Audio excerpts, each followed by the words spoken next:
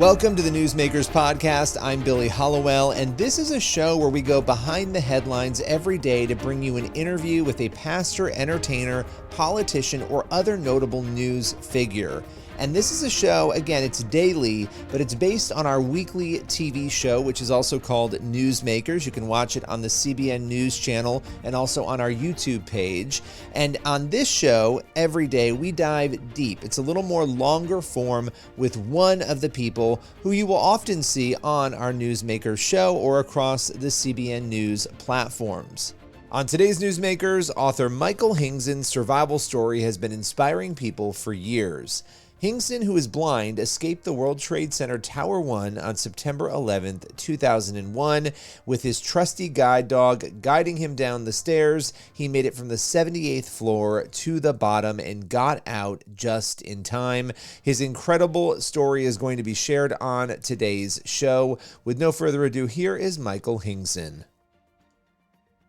Well, I want to thank you for joining me. You have an absolutely incredible story, and you have a new book, Live Like a Guide Dog. We're going to get into your backstory, but I want to start with the book. What made you want to write this particular book?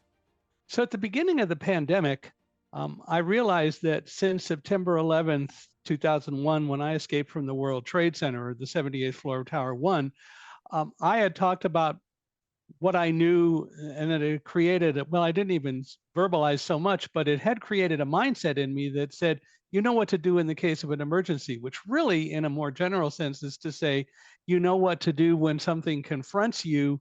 You don't need to be, as I call it, blinded by fear or paralyzed or just incapable of making decisions. I learned that fear is something that I can use as a very powerful tool, but I've never taught people how they can learn to control fear. So what we did at the beginning of the pandemic was what I started to do was to learn a little bit more about my thought process of, gee, you're not teaching people to control fear. Why don't you write a book about it? And so I teamed with Carrie Wyatt Kent in Illinois, and the two of us wrote Live Like a Guide Dog, true stories from a blind man and his dogs about being brave, overcoming adversity, and moving forward in faith. And the idea behind it was, and is, something else that I've said over the years. I've learned a lot more about trust, teamwork, and leadership from working with guide dogs than I've ever learned from all the famous motivational speakers and experts in leadership and team building. So we put all of those lessons into Live Like a Guide Dog. You know, lessons like, everybody is always doing what if this, what if that. And most of the time they have no control over what if. It's just we worry about so many things, we create fear in our own minds.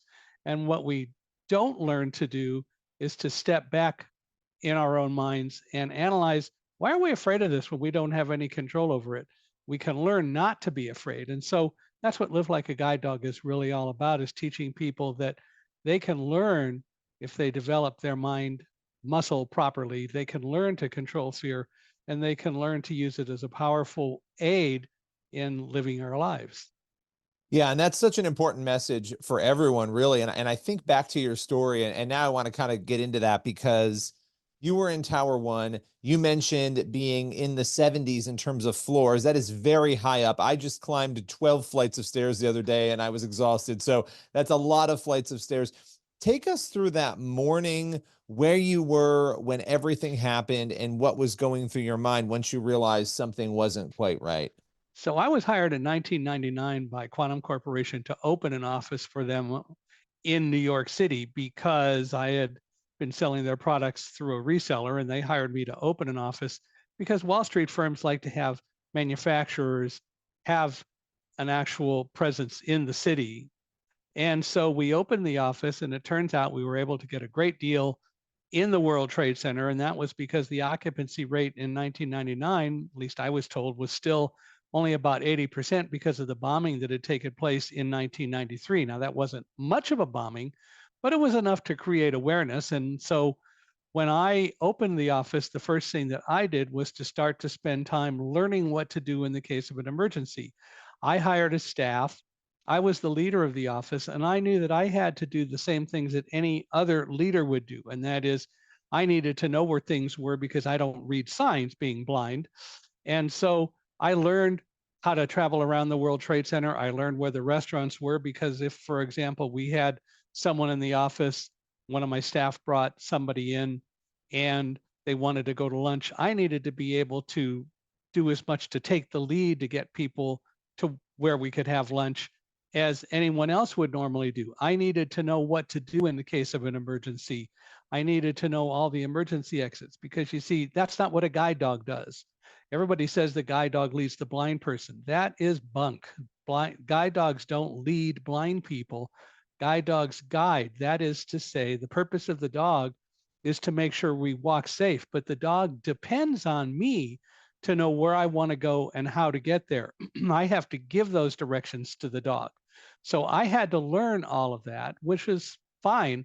I think everyone should have to learn that rather than just reading signs. What if there is an emergency and where you are has a lot of smoke and you can't read the sign? You need to know what to do. And that's also a lesson that we talk about in Live Like a Guide Dog, that knowledge is a very important thing and helps you really deal with fear. Well, anyway, so I learned all of that.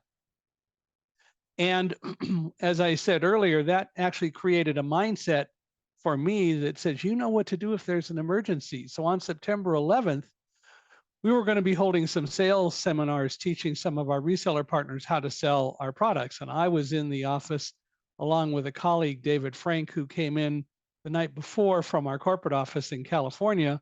We were going to be doing sales seminars to teach our reseller partners how to sell our products. David's job was to talk about pricing and so on, because that was what he was responsible for. I would be their main technical contact, and I'm technical anyway. I have a master's degree in physics, and I also got a secondary teaching credential along the way, so I love to teach. So I was going to be doing the main part of the seminars, talking about the technical aspects, teaching people how to sell our products, and then David was there to talk about pricing. So we got into the office. We had some early arrivals that came in about 8 in the morning. The seminar was supposed to start at 9. And of course, about 8:45 in the morning, the building was attacked. And it was hit basically between the 93rd and the 99th floor. So I just call it the 96th floor. So it was 18 floors above us on the other side of the building. People always say to me, well, you didn't know, of course, because you couldn't see it. Excuse me. The last time I checked, Superman and X-ray vision are fiction. Nobody saw it. In fact, as we were going down the stairs, there were lots of people around us and no one knew what happened because it happened on the other side of the building and above us. So we had no clue. The only sense that we had that there was an issue was after the building tipped and it came back. My friend David saw fire and smoke above us, and debris was falling outside our windows, but we had no idea what from. But when we got in the stairwell, I began smelling an odor, and it took me a while to realize that what I was smelling were the fumes from burning jet fuel. And what I did was I observed that to others, and they said, yeah, you're right. We must have been hit by an airplane, but we had no clue. And in fact, Wow. I never knew until we were down and out and both buildings had collapsed. And then I was able to reach my wife on the phone, and she was the first one to tell us how 2 aircraft had crashed into the towers, deliberately one to the Pentagon, and a fourth was still missing over Pennsylvania. I had How talked much with her. can I just ask, Sure. how much time was there between you getting out of the building and exiting it and the buildings coming down?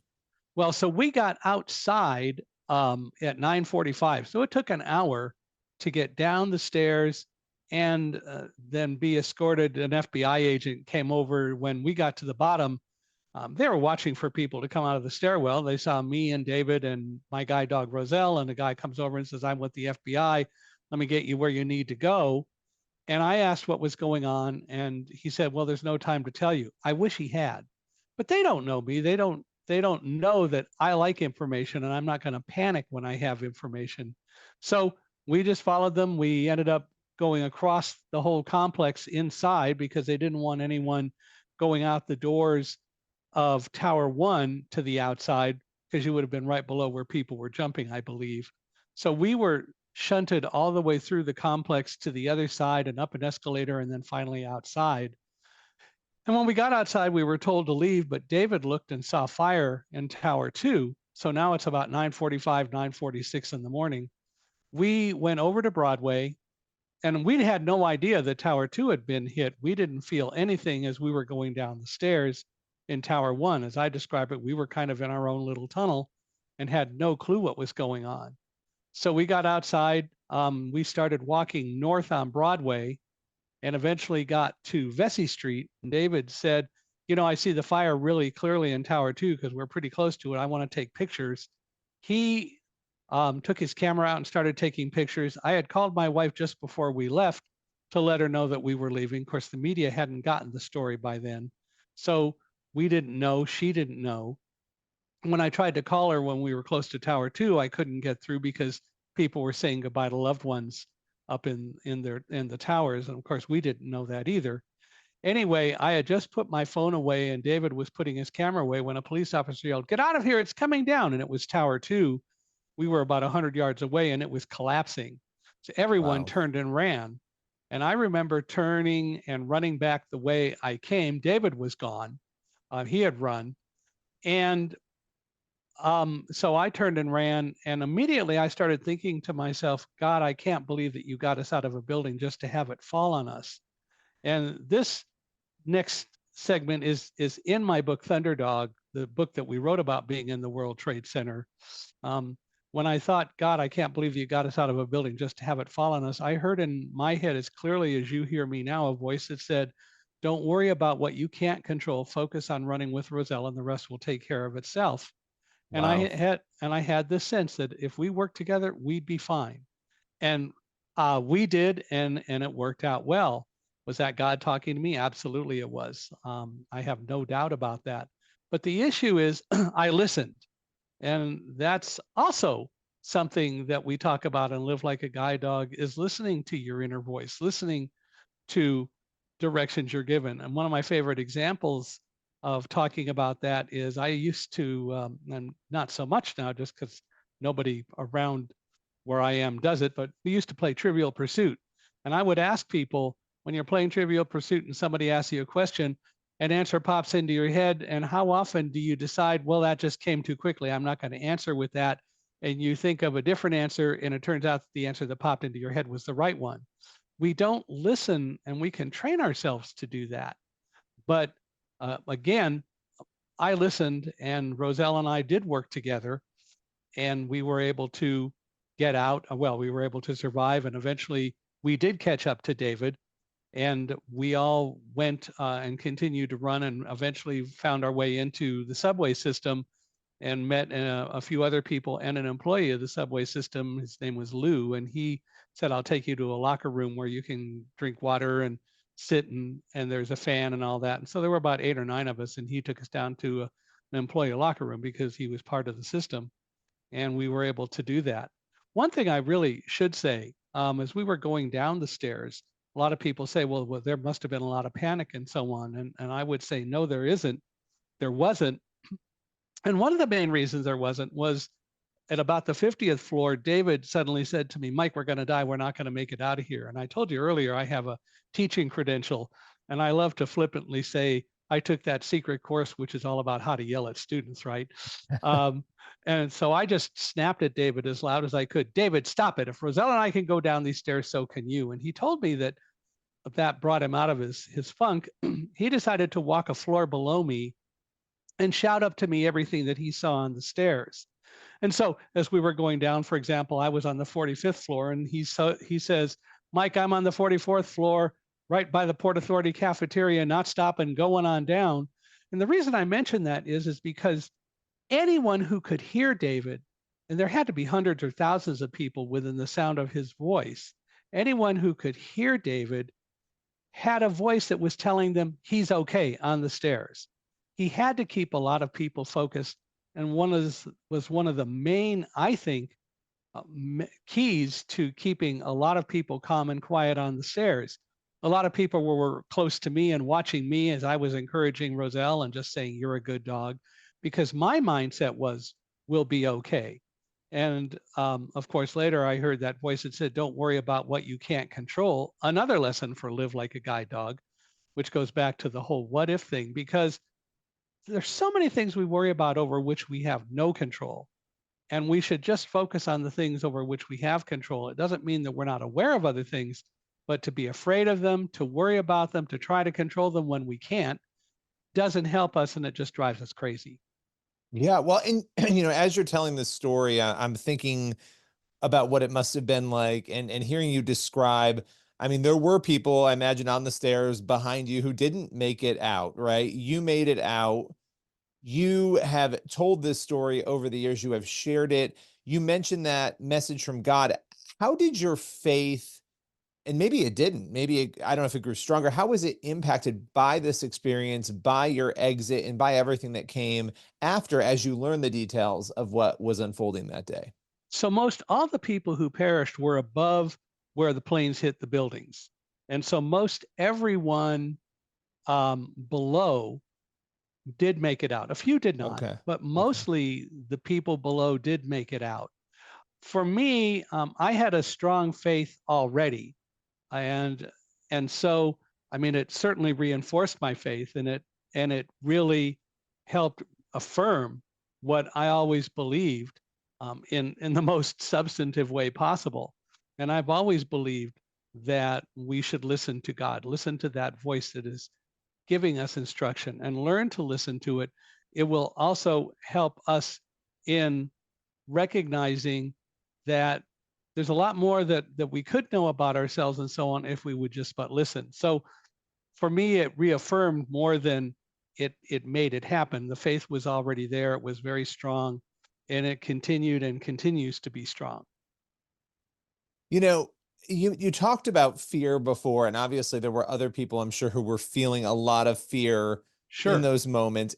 Fear is treated as this thing that's overpowering. It overtakes us. It's such a horrible thing, but fear can also protect us. It can help, spark readiness. Talk a little bit about how we should look at fear in your view, and how the book can help reinforce some of that. So one of the things that we oftentimes and mostly do is at night, for example, we fall asleep. We don't think about very um, substantively. We don't look in a very diligent way or introspective way. What happened today? How did it go?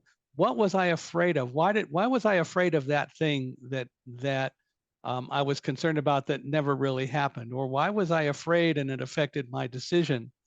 So if we really start to think about those things and work on them and recognize, oh, I really didn't need to be afraid of that, we can start to train ourselves to focus our fear and not allow it to become something that overwhelms or blinds us. We can teach ourselves that when there is this fear reaction, what we need to do is to look at it, and that's something that can happen in an instant.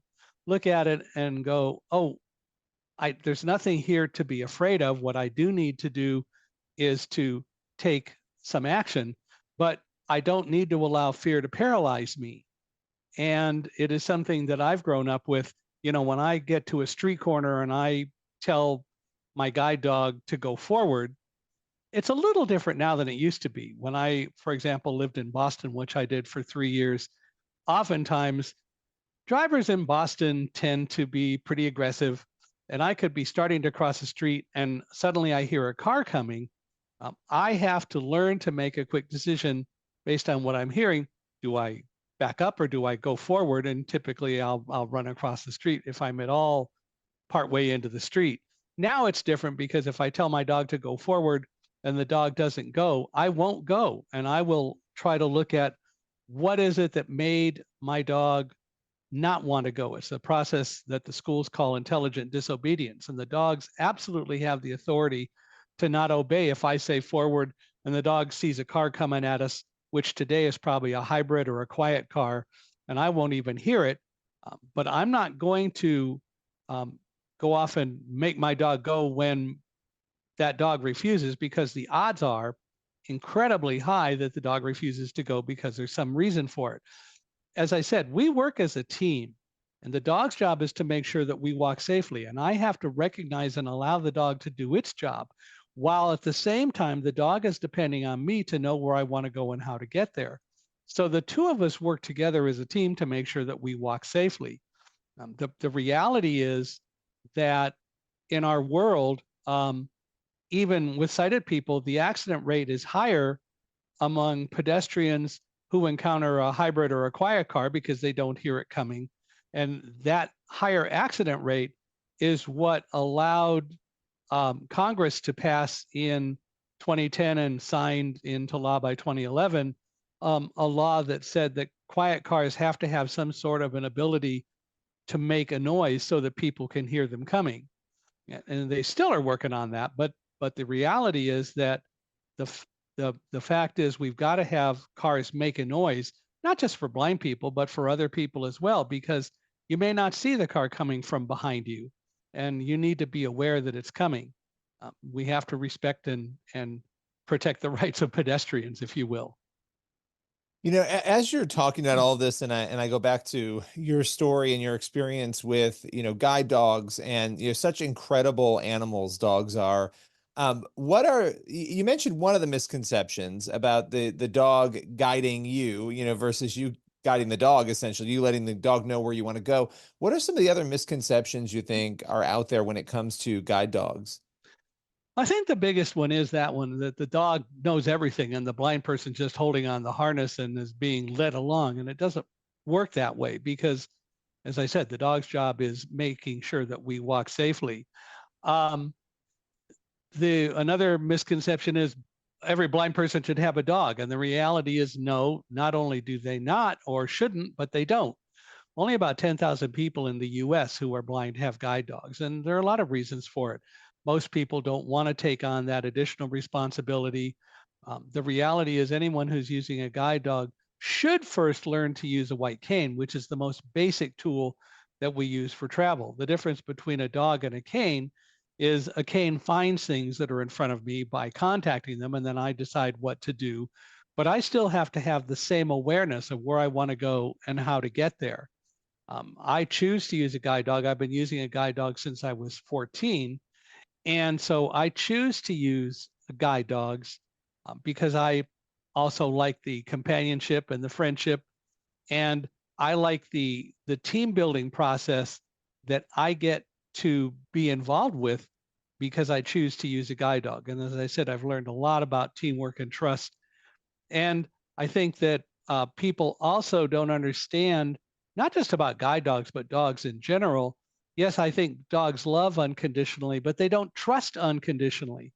But the difference between dogs and people is that dogs are open to trust. And we have just become so afraid of so many things, and we just see so many things going on around us. I mean, look at our politicians, that we close ourselves to being able to trust. We think everybody has a hidden agenda in our workplace. How many people do we really trust? Is that person out to get my job or whatever?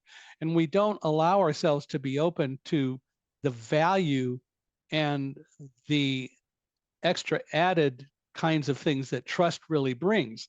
Now, that doesn't mean that we just automatically trust everyone, but we should be open to letting people earn our trust and we earning their trust. And if that doesn't happen, then we deal with that and we move on. But trust is all around us. I mean, you and I trust that this Zoom link is going to continue to work, and hopefully it will. But we trust that the roofs over us will stay intact and the buildings won't collapse.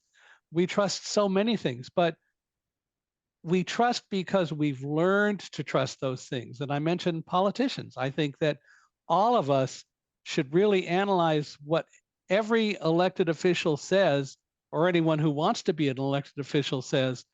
Look at them specifically, look at what they say. Don't just trust what they say automatically, and really go back and analyze it and make intelligent decisions. And I think that makes a big difference, because they're always telling us, trust me. Well, no, not until you earn it. Yeah, well, no, absolutely. And when it comes to that dynamic, collecting data, you like data, right? What did this person say in the past? What did they say 4 years ago? What did they say? What did they do? Being able to put all that together and collectively not just listen to the current moment of what's being said is an important thing, regardless of which side people fall on, to be able to do for candidates. Right. And the other aspect of it is, what did they say 4 years ago? What did they say 10 years ago? how has that person changed? I mean, the other problem with all that is we hear somebody say, well, somebody 10 years ago said this, and so we shouldn't like them. Have they really evolved from that? And again, the only way we can answer that is to really look at all the things that they've done. And as citizens of this country, we should be obligated to do that. And especially now we're in an election year, we should look at what everyone says. I heard one person say yesterday that inflation is out of control. Gee, last week we heard from the government that inflation is down below 3% at 2.9%, which is an arbitrary number anyway. That is, people say, well, our inflation has to be at 2%. That's arbitrary. But the bottom line is inflation is hardly out of control. And we should be aware enough to know those things and analyze what we're hearing when people make those kinds of claims. Absolutely. Well, and I've got to ask you one final question here, because there's so much to your story to unpack. But one thing that strikes me is you have not allowed blindness to hold you back in any way. And a lot of people struggle. We all struggle with different things, right? A lot of times we will allow something to hold us back, to prevent us from success, to maybe make us believe lies that we're not going to be able to do things. And from every part of your story, and obviously we've only talked about one piece here, which is really that survival, that incredible survival on 9/11. You have persisted and overcome and been incredibly successful. What's your advice to somebody who may be struggling with something and maybe they're allowing it to get them down or hold them back in some way? What they really need to do when that sort of thing happens is, as I mentioned earlier, be introspective at night. They've got to decide why it's holding them back and what's really holding them back. Um, Look, I believe that every person on the planet has a disability, which a lot of people don't like to hear. You know, they say, well, disability starts with dis, so it means a lack of ability. And I say, no, disability does not mean a lack of ability. Disability is a characteristic that we all have. For most of you, when Thomas Edison invented the electric light bulb back in 1878, he created a process so you could have light on demand so you could see in the dark, which is a reasonable accommodation under the Americans with Disabilities Act, right? And we spent the last 146 years focusing on doing all we can to make light on demand more available to everyone. And now, of course, people have smartphones with flashlights and other things like that. Last year, I was in a hotel, and at 3 in the afternoon in the lobby, the power went out. Well, the power went out for the whole hotel and the area around it. But people started screaming in the lobby, even though there was all sorts of light coming in, but it suddenly got darker. And they didn't know what to do. They were running around trying to find smartphones and so on to get lights. The reality is disability is really a characteristic that everyone has. It manifests itself differently for different people, but we all have it. And we shouldn't judge anyone by how they're different than we are. And unfortunately, we've learned so much to do that. And there are other things that happen in our lives, as you point out, that we think hold us back. What we really need to do is to analyze, why are we allowing that to hold us back? And more important, how do we move forward so we don't allow it to hold us back? I mean, for me, when I was growing up and getting my first and second and third jobs back in the 1970s and 1980s and so on, I didn't have technology like GPS to provide me with a way to know where I am and how to get from one place to another with a smartphone. And of course, now we have all those kinds of things. And there were so many other kinds of things that we didn't have then that we have now. But it didn't mean that I shouldn't try to figure out in one way or another how to do whatever it is I chose to do. So back in those times when I wanted to go somewhere, I would research before I went somewhere or traveled by airplane and find out how to get from one place to another and find out the things that I needed to know.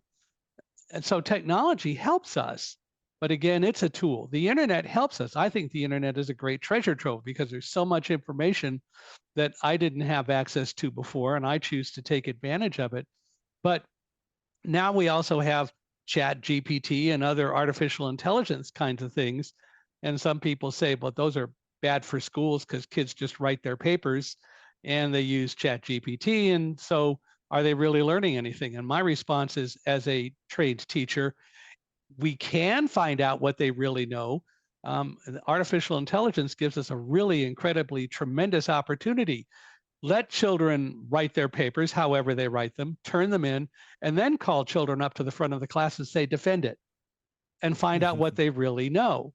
It doesn't need to take a lot of time, but the reality is that students will either do it right, and that doesn't mean that you can't use AI to help you, but you need to be the one to deal with creating the information or understanding the information and knowing the information. So I think that it's a very powerful tool. And I think that, like everything else, we decide how we want to use tools. And we can either make them good tools or bad tools. The internet's great. Yeah, we have a dark web, which is unfortunate, but we can deal with that, and we should. Well, I love this conversation. I love your story. The book is Live Like a Guide Dog. Appreciate you taking the time and joining us today. Well, thank you. And Live Like a Guide Dog is available wherever books are sold, which is one of those neat things I love to say, anywhere books are sold. If people want to explore possibly me coming and speaking to their groups and so on, I would love to talk with them. They can go to email me at speaker@michaelhingson.com. That's MICHAELHINGSON.com. My website is www.michaelhingson.com. And we even have a podcast called Unstoppable Mindset, where inclusion, diversity, and the unexpected meet. And I actually began that because I do some work with a company called Accessibility that makes products that help make the internet more inclusive for people with a variety of different kinds of disabilities. And by the way, they use AI and use it well, and the product works. And so anyway, I started a podcast with them, and we do 2 episodes a week. So it's also a lot of fun. Well, I will make sure we link out to that and people can download that, subscribe to that podcast. And again, the book is Live Like a Guide Dog. Appreciate your time. Thank you. Good to be here. That's all for today's Newsmakers podcast. Be sure to tune in for the next episode of the show, and also head over to the CBN News YouTube channel and the CBN News channel to watch Newsmakers every week. We'll see you soon.